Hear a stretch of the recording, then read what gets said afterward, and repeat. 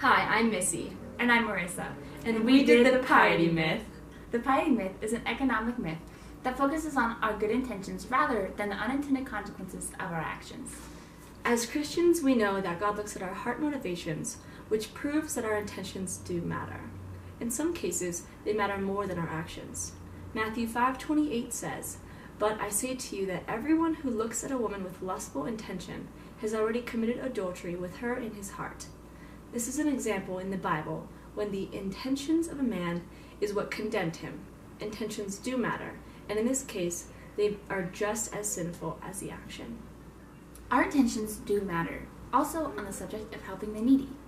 God calls us, as Christians, to help those in need. In Matthew 25:40, Jesus says, "Truly, truly, I tell you, just as you did it to one of the least of those who are in my family, you also did it to me." The second greatest commandment, stated in Matthew 22, says that we are to love our neighbors as ourselves. God wants us to do good and to care for his people. God also gave us a sense of prudence, though, which is the ability to see reality as it is through reasoning. This prudence allows us to look at the long-run effects of the intentions that we try to act out, pointing to the fact that God may be just as concerned with our actions as he is with our intentions. This myth can often work well when talking about an individual, but with the government, intentions do matter as much as the actions. There are actually many examples when our government had good intentions, but their actions hurt more people than they helped. The government had good intentions, but it hurt innocent people, as in the raising of minimum wage. Cue the video. Oh my gosh, this isn't even cooking. It's like, am I supposed to turn this thing on?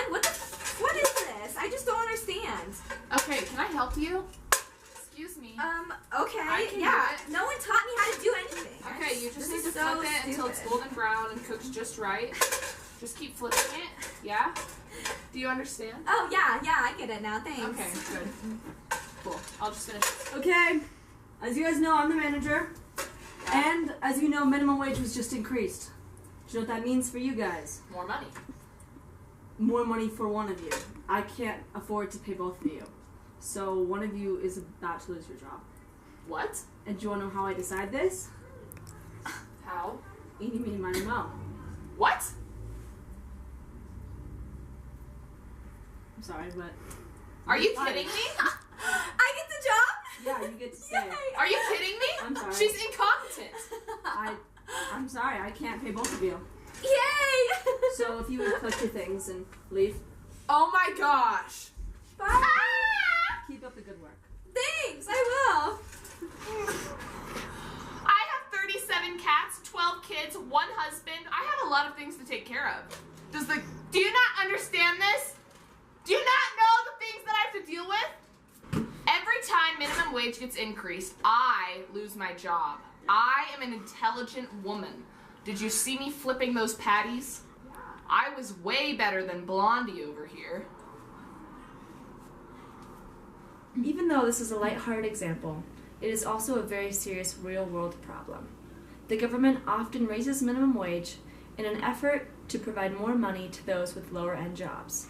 Yet, the employers often respond by having to fire employees to make up for the money loss. Producers, on the other hand, increase their prices to account for the raise of minimum wage. In a free market economy, messing with the minimum wage will decrease the labor demand. According to the labor supply and demand curve created by Russell Cooper and A. Andrew John from Flat World Knowledge, as minimum wage rises, it causes it to go farther from the equilibrium, which in turn increases the unemployment rate. With minimum wage going up, the people who are the most vulnerable for losing their jobs are the people who need the money the most. Therefore, increasing minimum wage can harm the exact people whom it is trying to help. Another example of when the government's intentions did more harm than good is in regard to foreign aid. Cue video.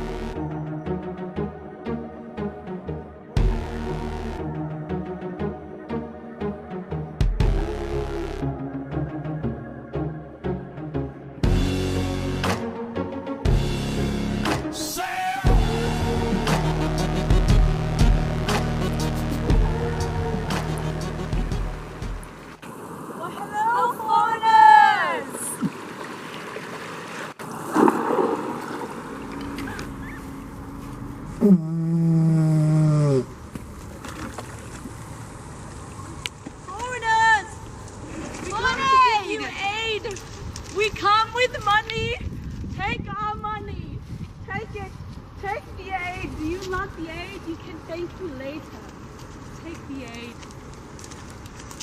Okay, goodbye. No.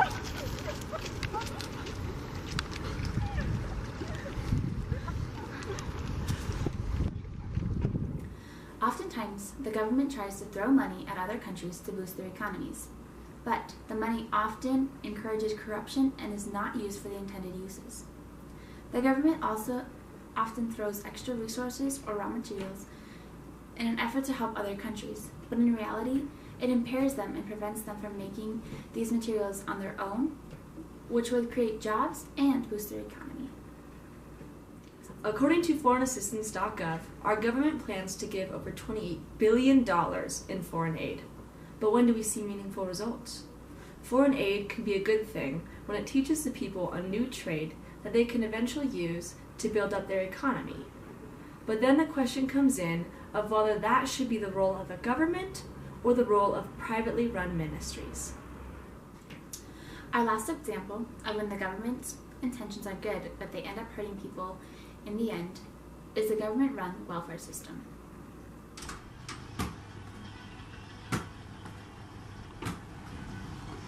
Hello, sir. Oh, hello. I have your paycheck. Oh, thank you for my paycheck. I need this to live, even though I could work. But my old football injury, it really prevented me that one time from doing anything. But I don't really need it anymore. But I'm just gonna keep going with it. I tried to work again at some point, but now I just don't like it as much as getting the free money from the welfare. So I just like doing the welfare instead. So I just sit here with this little ball and just throw it in the air and take my checks, and I just do that instead of working because I like the free money better. Yeah.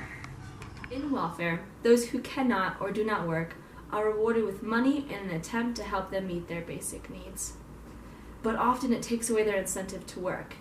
It also decreases labor earnings for those who do work, truthfully hurting both parties in an attempt to help one. J.W. Richards, in the book Money, Greed, and God, states that welfare increases out-of-wedlock births, increases the value of aid to families with dependent children and food stamp payments, and increases unemployment in black youth ages 18 to 24. These are all reasons why the government cannot purely rely on their good intentions. Actions of the government really do matter more than their intentions. We have a call as a nation and as individuals to mitigate poverty. Only creating wealth can alleviate poverty, not good intentions. Zachary Ritzvalsky, in an article from Action Institute, understands the poor to be impoverished people who are looking for God to rescue them from their poverty. This means the church, as God's representative here on earth, has the responsibility to do the same. When Jesus called us to take care of the poor, he was talking to individuals and to the church. He was not referencing the government. Individual intentions make a difference, but the government does not properly understand or sympathize with every individual. The hand of the government does not reach that far. Therefore, the government should concern itself with the masses and not with the individual. It should be the church's job, along with other individuals, to meet the needs of individual people. The Piety Myth is very similar to the Marxist system in the way that the intentions may be good, but they can be very different when put into practice. While intentions are important, when it comes to the government, actions are more important. Some people think that if the intentions are good, they believe that it overrules the bad actions, because you can't predict the outcome of every intent. But that belief is incorrect, because God gave us prudence to logically figure out the effects our intents would create if carried out. The three examples, welfare, foreign aid, and increasing minimum wage, all show exactly how intentions can start out good, but hurt people when carried out. All these government actions hurt people, and society cannot just make an excuse for the government by stating that their intentions were good. But rather, the government and society members need to use prudence to ensure that their outcomes are actually good. Our actions are what impact the society, and they can help or hurt our economy. In conclusion, the Piety Myth is a myth that argues that intentions are more important than actions. Richards, in Money, Greed, and God, argues against that myth by showing examples of when the government's good intentions hurt economies and individuals. We agree with Richards in his claim that actions do matter, And you can't just look at intentions behind these actions. The end.